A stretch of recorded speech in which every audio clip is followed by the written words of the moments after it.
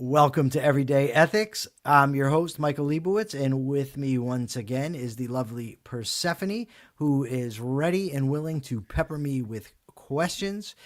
Please remember, we do love super chats and super stickers. Other than that, Persephone, go ahead. Yes. So when I am thinking of the questions, I I often think about what sort of normal people would struggle with. People who are maybe like a bit younger or a little bit newer to having to make these kinds of ethical decisions. So one of the questions that I had written down was, Yeah, I'm wow, I heard listening. I heard I heard myself there. So when you know intellectually what to do, but there's something like emotionally or you're struggling with it, like is there a rational way to handle that that gap? Intellectually, you know what to do, but for some reason you can't make yourself do it. Yes, you no, you can make yourself do it, and you ought to make yourself do it, and that should be that. I mean,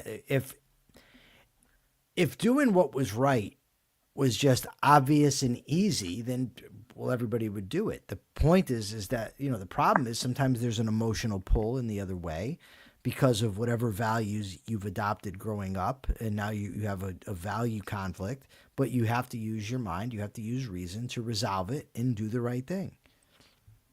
Now, I thought what I was kind of hoping you were going to ask is a little bit of a different question. Um, is that what if you know something's the right thing to do, but your motivation is bad? Then what do you do?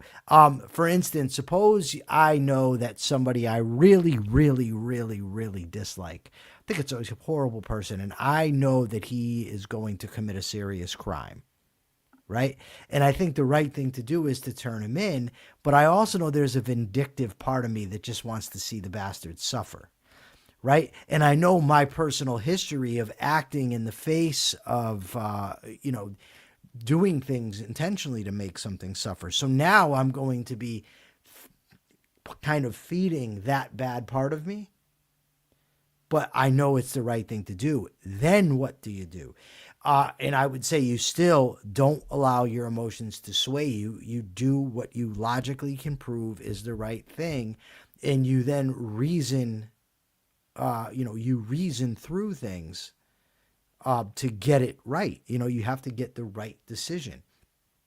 Now, like, for instance, Dr. Samenow and Yokelson in their book Inside the Criminal Mind said that they recommend that criminals don't be informants. They don't tell on people because they understand that there's that what they call power thrust. There's the desire of the prisoner to assert power, the criminal to assert dominance over somebody and use that as the way to do it. And so I'm very sensitive that there are those times, but I would tend to disagree with them. And if it's the right thing to do, you do it regardless of your emotions. That's very interesting, actually. I'm sorry. It's It okay. was I just got so distracted by my own questions and the thought of you wearing these. Um,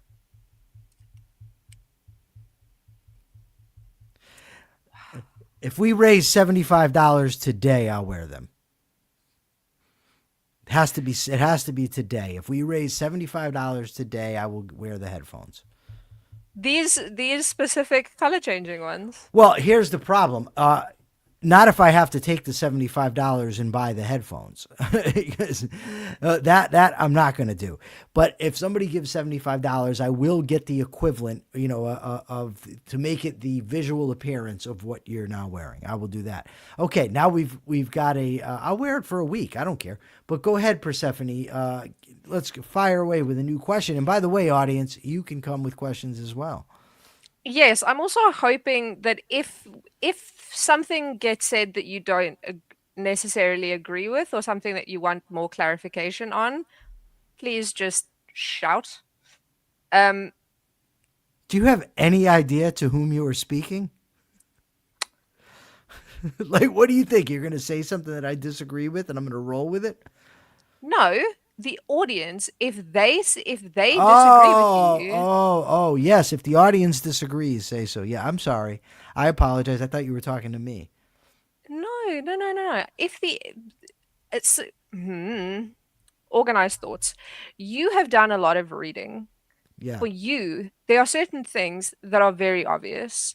And to me, because I've also done a lot of reading and I've read sort of some of the same books as you, sometimes your answer is going to seem really obvious to me, but might not be obvious to the people who are watching. And I don't want the That's people who are watching to think, well, if he thinks it's obvious and I think it's obvious, that you shouldn't like question it. That is what I was yes, we trying to want the say. audience to question us.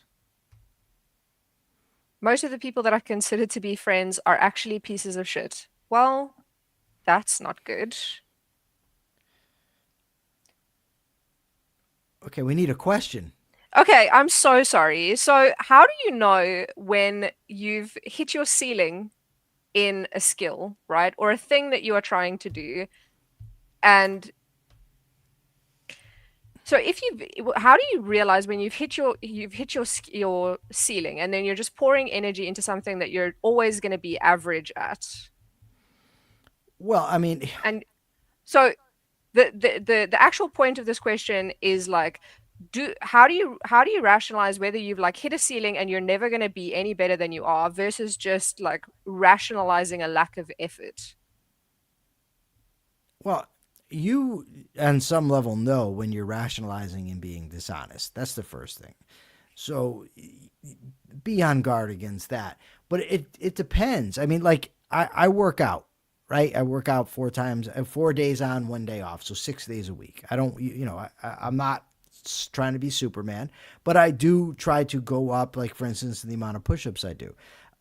If I hit a plateau, I'm not going to stop, and if I never get any stronger, so what? I'll maintain my given strength because I want to be healthy. Similarly, I'm a talk show host, so I'm constantly looking for ways to get better, to communicate better. Now, that being said, I also have to be cognizant of everybody has an opinion. So different people are going to tell me different things. Oh, you should do this or you should do that. And I can't just buy into all of it because I'll lose my mind. But I am aware that I could get better. So I'm always going to be striving to get better. And if I hit the point where I can't get better, I'm going to strive to maintain as good as I've gotten. And I can't imagine there wouldn't be where I couldn't get any better, whether it be voice cadence or how loudly I talk or microphone setting or the app that we use to record the show. There seems like there's always a place where you could tweak and get better. I don't think that we ever in life reach this point where we just can't. Now, if I'm trying to make a living off of something that I'm obviously not good at, oh, look at that. Mark Pellegrino reposted this stream. Mark, if you're in the audience, that's awesome. Share your comments. So again, I mean, I think we've covered this before. If you have to judge for yourself if you're wasting your time, if you keep trying and it's obvious you're not good at something. But you also want to beware of haters, people who are just going to tell you that you can't do something, people that try to deter you from growing. You don't want to listen to them. You have to pay attention again to the external feedback that you're getting, not necessarily to people that you don't like Subby said about his friends, but to the people in the field. I mean, if I keep going and I'm trying out to be an opera singer, I could compare the way I sound to professional opera singers. I can see, are the people that I'm going to apply for these jobs at, are they like, dude, just get the fuck out of here? I mean, is it like, you ever watch American Idol back when it used to be on? I don't know if it still is. There's people that should not be there. And you could tell, I, as an outside observer, I can tell who has talent and who doesn't And I could tell who the judges think might be able to go somewhere. Maybe even if they vote him off that time, maybe come back in a year from people who are just like, dude, don't quit your day job. So again, you have to pay attention to the cues, and ultimately you have to judge for yourself. Is it worth the risk that you're not going to make it? So, specifically, this show, or just your career as like a podcast host, if your audience capped out at say 5,000, Yeah. right, and your channel didn't for like 6 months didn't grow past that in that Right. 5,000, would you give up I would. on this dream? It would depend how long I'd been doing it. I've set for myself the timeline of 5 years to be making a living off of this. It's been 3. That'd be 2 more years. Does that mean I'll automatically quit at 5 years? No. But like let's say that what happens is what you just said, and I've hit a 5,000 subscriber cap. Okay, well then I would research, right? How long have I been doing this show? Because this show hasn't been 3 years. The Rational Egoist has almost been 3 years. So, how long have I been doing this show? How's my name recognition? Is this normal? Do people that end up succeeding at this hit the same cap space? I would have to do research to see, am I doing something where I could tweak a little bit and then explode? Am I missing something? Yeah, you just have to keep doing research. Now, if it turns out that I'm doing everything right, and it turns out that no, when you hit this plateau, the chances are you're done. And if I'm not making enough money to support myself, and if the effort that I'm putting into what I'm doing is detracting from any other way that I could make a living, then I would seriously consider stopping. But I would have to know an abundance of facts. I wouldn't tie it just to, well, I've been doing this for a while now. It doesn't seem to be working out. Let's quit. I would do a rational assessment of things. Yeah, I mean And that by the makes sense. way, and what else I would do? I mean, not for nothing, but I mean, I have Danny and Subby. They're my friends. I love them. You're wonderful. The person that I would go to about show business, because that's ultimately what this is, I'd go to Mark, and I would ask Mark, what do you think about the time frame that I've been studying this? Now, you are involved in marketing, so I would ask you as well and your experience with marketing, but I would also have to know your knowledge about marketing talk shows, not just marketing, paper cups or, wherever, your marketing firm works for. I just looked at a cup. That's why I said cup. You know what I mean? So I also would ask my friend Todd Feinberg, who was a talk show host for many years, and I know some other talk show hosts. So I would ask them. I would look to knowledgeable people for advice. Well, could I get better? What could I do? Am I, up against it where I'm never going to succeed at this thing? That I think is the proper approach. Always seek out more information from the environment. How much does the fact that you're passionate about this and the fact that you enjoy it would, yes, obviously all of those things, but those would be a factor in making the decision as well. Sure. I mean, I like doing it, so it's not like it's a burden on me, but it does take up a lot of time. And if it gets to the point where I can't feed myself, then I'd have to reassess the thing. But like I said the other day, I mean, when we were talking about this, I've gotten feedback that tells me I'm good at this. I'm good at communicating. So at this point, I'm confident that my trajectory is good, that I'm going, in the right direction, and I can succeed. Ask me in 2 years, and I'll be reassessing. But again, I'll take all the steps and probably more steps that I'm not even aware that I could take. I'll be taking them at that point. And sleeping on a pile of gold bricks, just like certain other people. Yes, Mark. That's not who I was thinking about because when you say gold bricks, there's one I don't think about Mark. Mark is like Bill Gates wealthy though, and Razi Ginsburg. They're both, for people that don't know, these guys are very rich. They get to fly around on their own private planes and that sort of thing. And it's nice. I'm not hating. I mean, I respect that. It's great.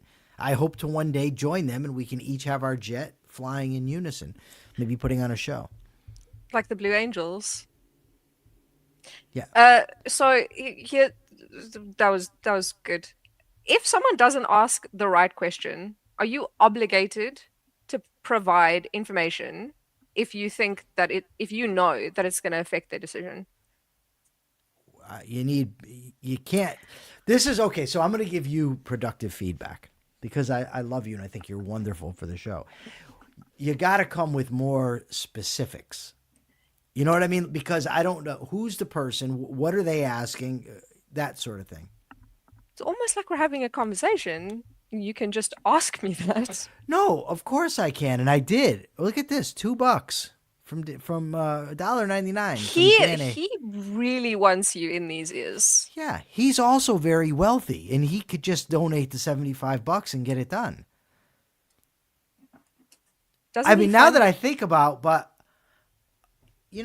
I got a lot of very wealthy friends. Now that I consider this, yeah, no, I'm not. No, I wasn't.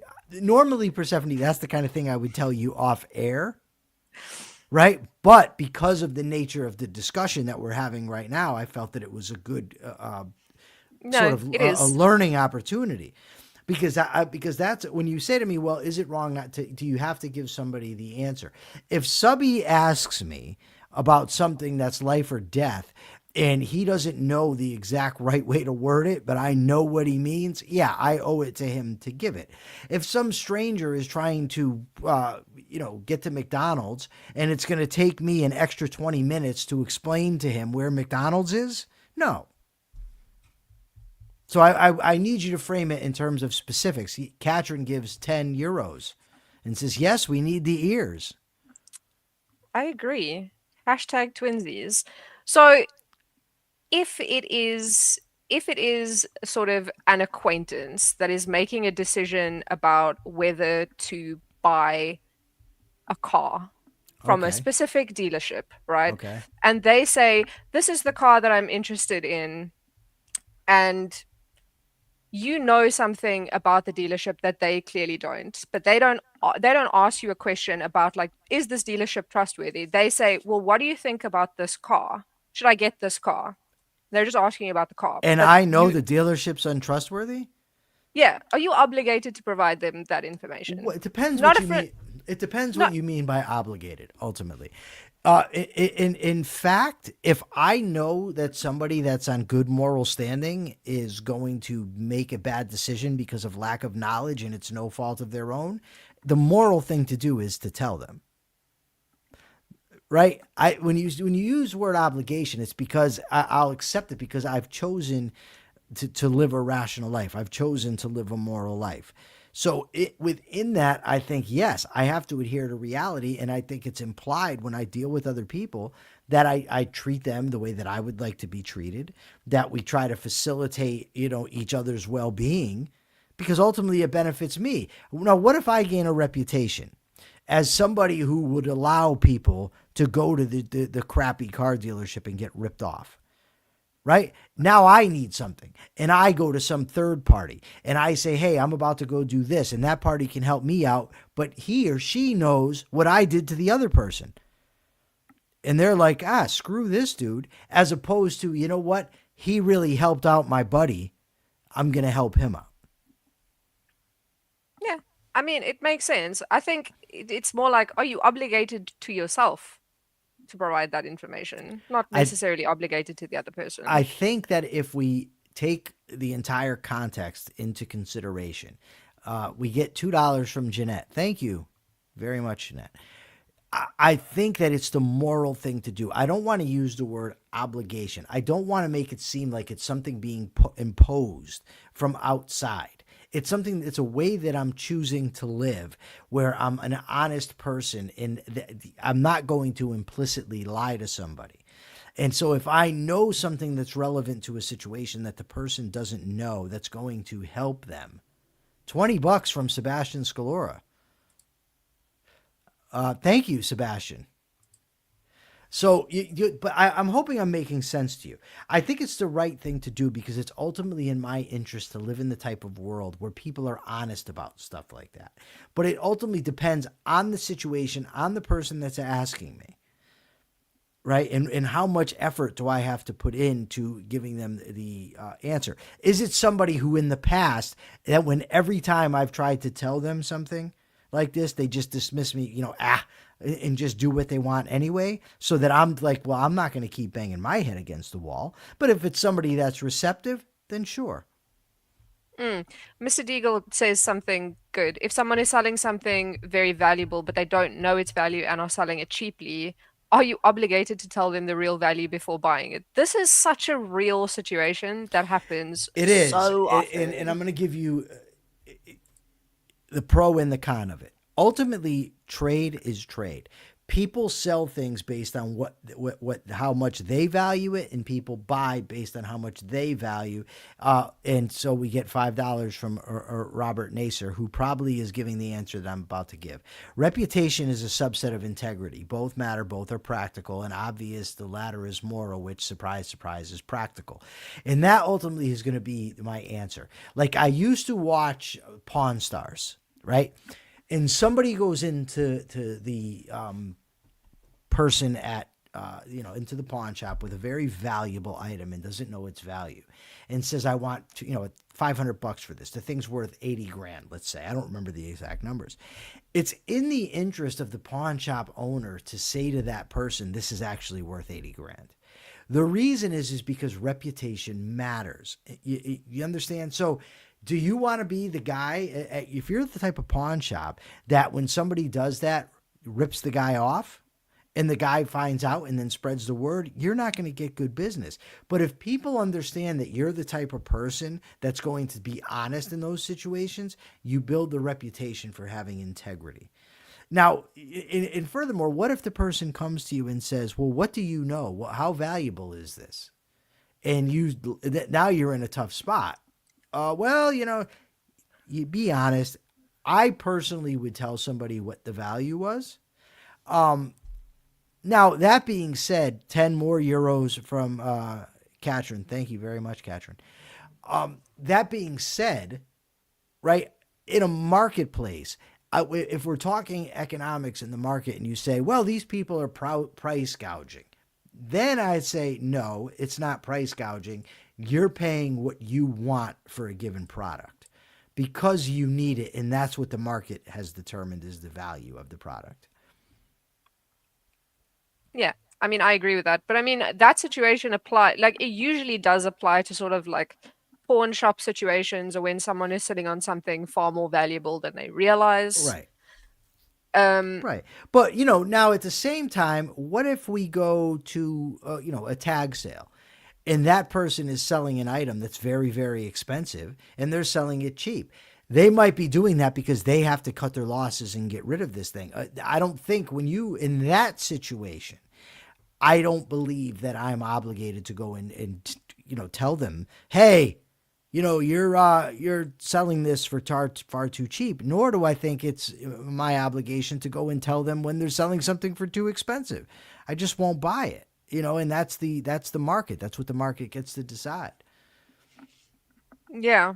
I mean, so we in my line of work in marketing, unfortunately, there are a lot of sort of very unscrupulous agencies that will charge really, really exorbitant fees for things that are really not worth it because they know that they can swindle people with their Okay, jargon. so this now I have a problem with. If you, with the phrasing.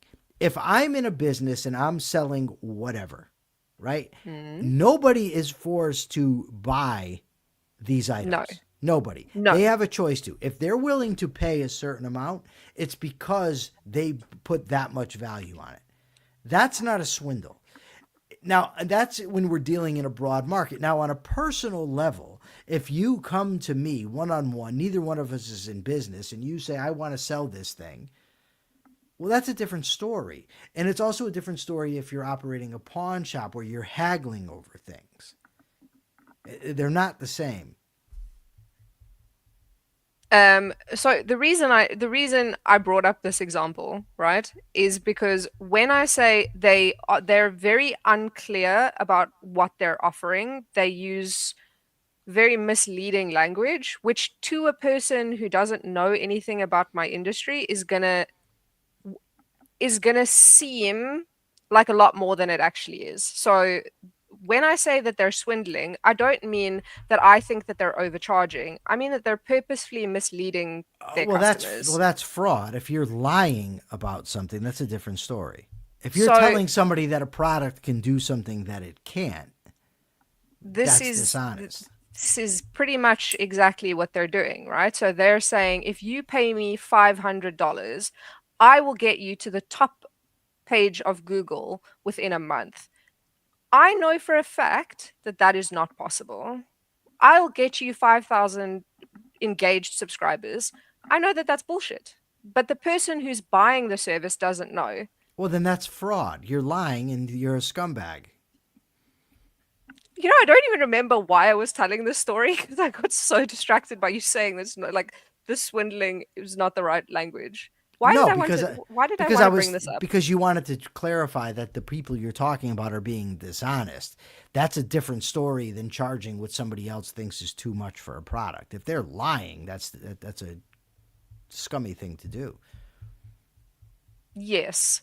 So we Yes. often we often have we often for like clients that we operate as a CMO for, so a chief marketing officer, we have to evaluate these vendor proposals. And sometimes it is so difficult to point out to the person to say, like, you should not trust this marketing agency. Um, because it sounds like you're just trying to steal business away from another business. And then you're like, we don't, for us, we say, we don't care if you don't go Okay. with Yeah. our services, just don't go with these ones. And because of that, we get a lot of word of mouth business because people know that they can trust us. Well, that's very important, and that's what Danny says here. He's on a much higher end of pricing in his line of work. His work is impeccable. His reputation has a large referral network because of this. He's not dropping his prices because of the quality he provides. And as I told you earlier, he's very wealthy. You see now? He basically Yeah. just admitted it. It, He wants to know what what the is, money count is now. I think it's at 55, if I'm not mistaken. yes. Yeah, it can benefit you. Hmm, engage brain before opening mouth. Sometimes things can seem like they're going to benefit you in the short run, short term, like charging exorbitant prices for things that you know aren't worth it, Yes. but it's not good for you in the long run. And that's the case with a lot of things, and that's why we want to take a long range view of our. She says, "Put the Mr. Deagle says put the amount on the screen. If you can do it, do it. But I don't know how.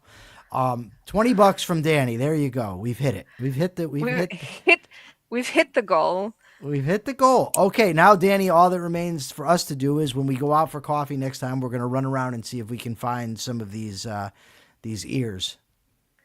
Thanks, everybody. I'm very appreciative that we've made this. They are 66. These ones specifically are $66 on Amazon. Well, I've already stated for the record that I'm not buying. I'm not going to buy an expensive pair of headphones like that. But what I will buy are the equivalent, something that I can put on these headphones. Or if Danny wants to buy me those headphones, I'll do that too. So that's wonderful. Yes, Robert says good, fast, or cheap. You can pick one, sometimes two.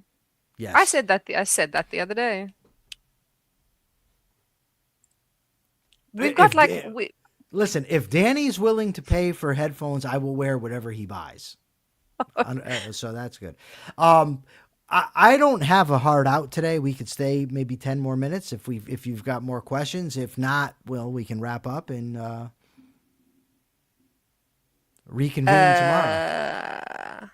I'm just trying to go through my list because I went through things out of order. In case anybody's interested, it's very hot here today and I'm very scattered. Yeah. I don't know where I am. I don't understand something. Everybody's telling me it's supposed to snow. It says it's 35 degrees. What is that in like Celsius? Because I don't understand Fahrenheit. And Oh, you think I understand Celsius? I've learned the formula before, but I don't quite recall it. no, it's stupid. 35 is basically like 1.5 degrees. That's cold, but it's not snow cold. No, no, it literally can't be. It has to be below 32 Fahrenheit in order for it to snow. Mm. So another question which I can't find, so my phrasing is going to be really bad, but we're talking about business. My God, imagine if I could find this question.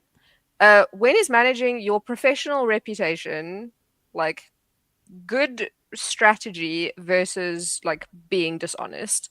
The reason I'm gonna try and be more concrete. If you have to work with people whose like respect matters for your career and whose good opinion matters for your career, Yeah. and they are people who don't share the same values as you, how much, I don't know how to phrase this question. Let me see. Let me take a stab at it. Okay.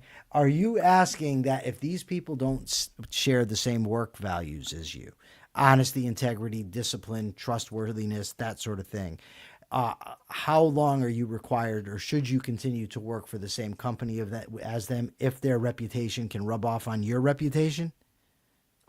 I mean, that's one question.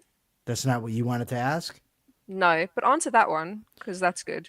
I wouldn't stick around very long at all in that situation. I think it's important that we take the long range view and understand that yes, I may have to suffer immediately from the lack of work in that situation, but the damage to my reputation, a bad reputation is much easier to get than a good reputation.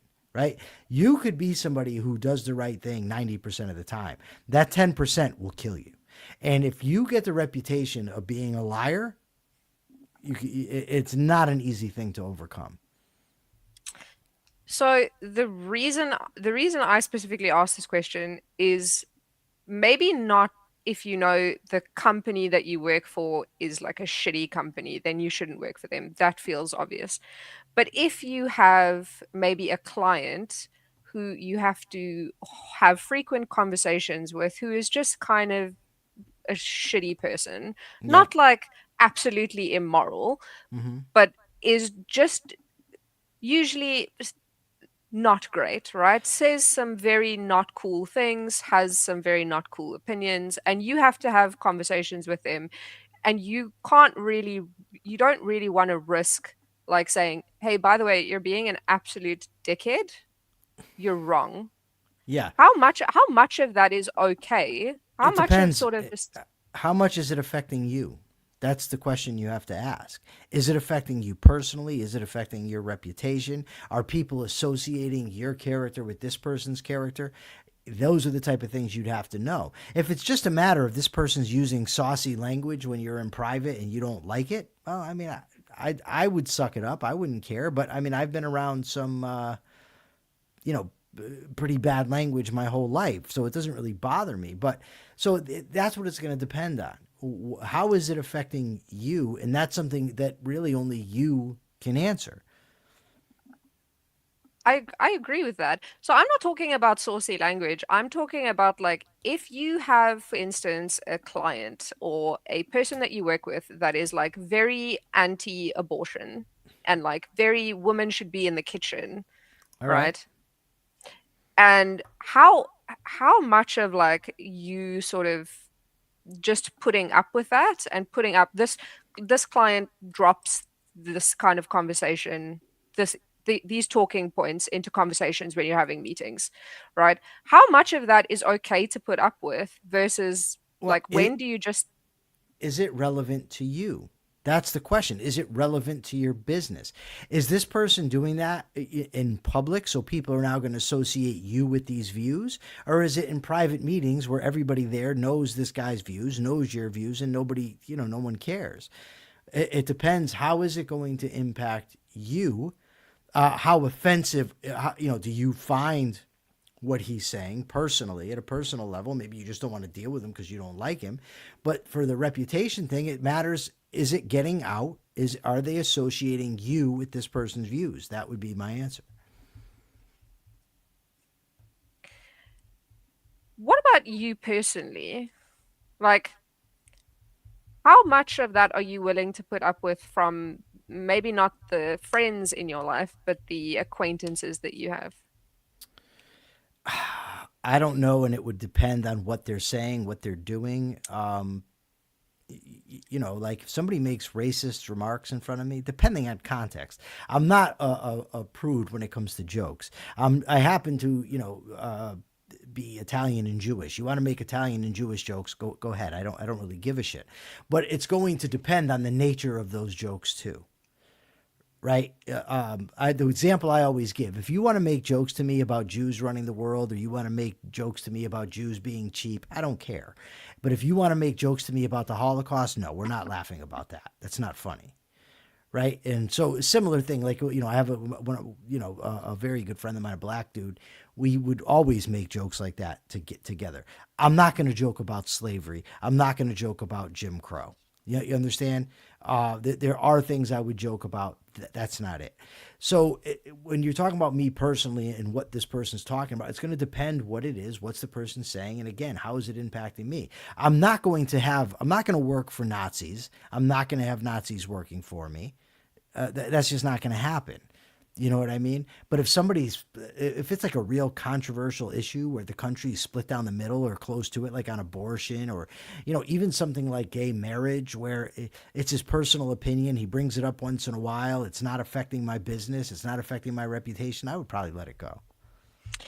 So, one of the reasons that I thought about this is in certain sort of more left-leaning circles, right? And if you spend any time on TikTok, which I don't recommend, you'll often see this rhetoric that if someone has any shit opinions as a person, you're obligated to call them out. And if they don't change their ways, then you need to cut them out of your life. So if your grandmother is like a huge racist, right? Everything else about her is fine. She's a great grandmother. She just has some racist opinions. Then you are obligated to sit your 92-year-old grandmother down and say, listen, this is not okay. You can't do this. And if she doesn't apologize, then you have to cut her out of your life. Yeah, I'm not cutting out my 92-year-old grandmother because she's living in the past. She's 92 years old. Right. I, I don't care. Like, if she's yeah, 92 years old, I don't really give a shit, how nuts she is, whatever. Yeah, it depends is she throwing rocks at people? You know what I mean? There's situations where I could see where I would cut her off, but if she just doesn't understand the latest vernacular that's considered acceptable by the left, no, I'm not cutting her off. yeah. I mean, I'm. I'm just saying that is some of the sort of the rhetoric that goes around. My grandmother is very Catholic, and when I came out as gay 15, 20 years ago, But then you went um, back the other way. You well, switched. I'm when I say I came out, like I came out as bisexual, so Okay. So there was no switch. It was always sort of a either or kind of thing. yes, I just anyway. So when I came out as bisexual, my grandmother told me you're an abomination and you're going to hell, and then uh that was sort of the end of that. And then she continued to be a fantastic grandmother for the rest of my life. Well, I'm And then happy that she was. most of her grandkids turned out gay, but like there's a lot of people there was a lot of people that would tell me, well, because she said that and because she believes that, if you have tattoos you're going to hell, that you should cut her out of your No, life. I wouldn't say that. If she's gonna badger you with this stuff, then I wouldn't. I'm not gonna keep being abused. I don't care if she's 90 or 190. But if she said it one time, whatever. Mr. Deagle wants to know, to have tips. Do I have tips to motivate yourself in the moment to keep doing the work that's good long term but very hard right now? The only tip that I have is to keep reminding yourself of what it is that you're working for. and keep reminding yourself that nothing in this world worth having is accomplished easily. This this question is almost verbatim what I wanted to talk about earlier today because I was having a conversation with someone who was talking about like something that they're trying to do and they said, "But it's very difficult and it's a big task." And I was like, "Just do it." The old Nike slogan. It's I mean, that's the thing. It Don't was look it for worked for a reason. The slogan worked yeah, for a reason. don't look for motivation. You don't need to be motivated. You just need to be disciplined. You need to decide what you want to do, or what you need to do, and then you just need to do it, even if you don't want to. Awesome advice, and I think that's a great place to wrap this up because I do have my day job to do. Everybody, thank you for all the super chats, super stickers. Thank you for your questions. Thank you for participating. You guys are absolutely wonderful, and I hope you stick with us to grow this audience. We'll be back again tomorrow at 2:30 p.m. Eastern Time. When the show's over tomorrow, I'll be going to get coffee with Danny, and we will be looking for some sort of apparatus with the cat ears to strap to my skull. Don't forget that you can also find Everyday Ethics on Patreon and on Spotify, and we will be having a group Zoom call this Sunday. So join the Patreon if you're interested in taking part in that. Yes, And please do. listen and rate on Spotify. Yeah, and go to YouTube and make comments. That really helps with the algorithm. Ask them a question. Okay, I want you to go to YouTube and the question I want you to answer is, what is the biggest challenge ethically you currently face? All right, So a nice, easy question there. nice, easy question. And until tomorrow, folks, be ethical.